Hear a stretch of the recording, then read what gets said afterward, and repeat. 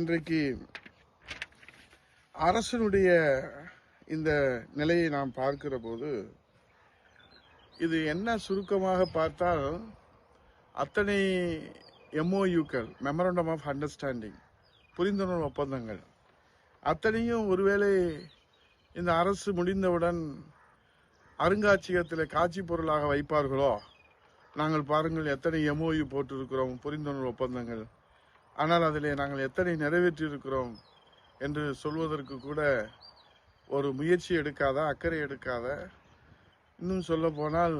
ஒரு செயலற்று முடங்கி போய் கிடக்கிற ஒரு அரசாகத்தான் இது இருக்கிறது. அது இதையெல்லாம் மடைமாற்றம் செய்வதற்காகத்தான் 35 முறை தென் தமிழகத்திற்கு வந்து தன்னுடைய பயணத்தை கெத்து பயணமாக காட்ட முயற்சிக்கிற கெத்து முதலமைச்சர் வெத்து முதலமைச்சராக மக்களிடத்தில் இன்றைக்கு இருக்கிறார் என்று சொல்லி இதையெல்லாம் மாற்றுவதற்குத்தான் ஆட்சி மாற்றம் ஒரே தீர்வு. ஆகவே காலம் தந்த கொடை கருணையின் வடிவம் அனைவரையும் தாய் உள்ளத்தோடு அரவணைத்து செல்கிற தெய்வ உள்ளம் கொண்டிருக்கின்ற நம் குலசாமி கழகத்தின் காவல் தெய்வம் 8 கோடி தமிழர்களின் ஒரே நம்பிக்கை, உலகத் தமிழர்களின் அடையாளம், புரட்சி தமிழ் ஐயா எடப்பாடியாருடைய தலைமையிலே மீண்டும் மக்களாட்சிக்கு மகுடம் சூட்டுவோம் என்று சூளுரை ஏற்கிற தைப்பூச திருநாளிலே நாம் எல்லாம் சூளுரை ஏற்று கழக புரட்சி தலைவி அம்மா பேரவை மாவட்ட செயலாளர்கள், மாநில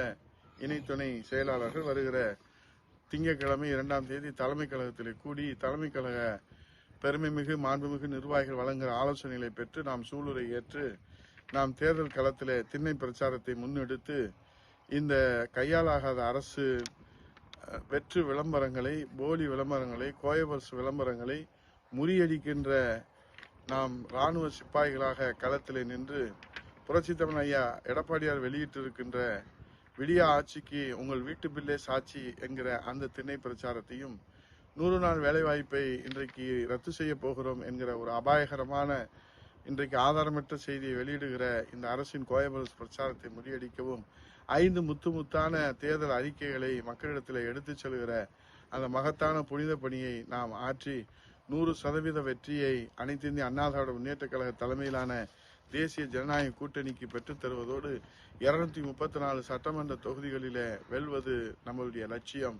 210 சட்டமன்ற தொகுதிகளிலே அனைத்து இந்திய அண்ணா திராவிட முன்னேற்ற கழக தலைமையிலான தேசிய ஜனநாயக கூட்டணி வெல்வது நிச்சயம் என்று கூறி களப்பணி ஆற்றுவோம், உழைப்போம், மக்களை சந்திப்போம், மக்களாட்சிக்கு மகுடம் சூட்டுவோம். நன்றி, வணக்கம்.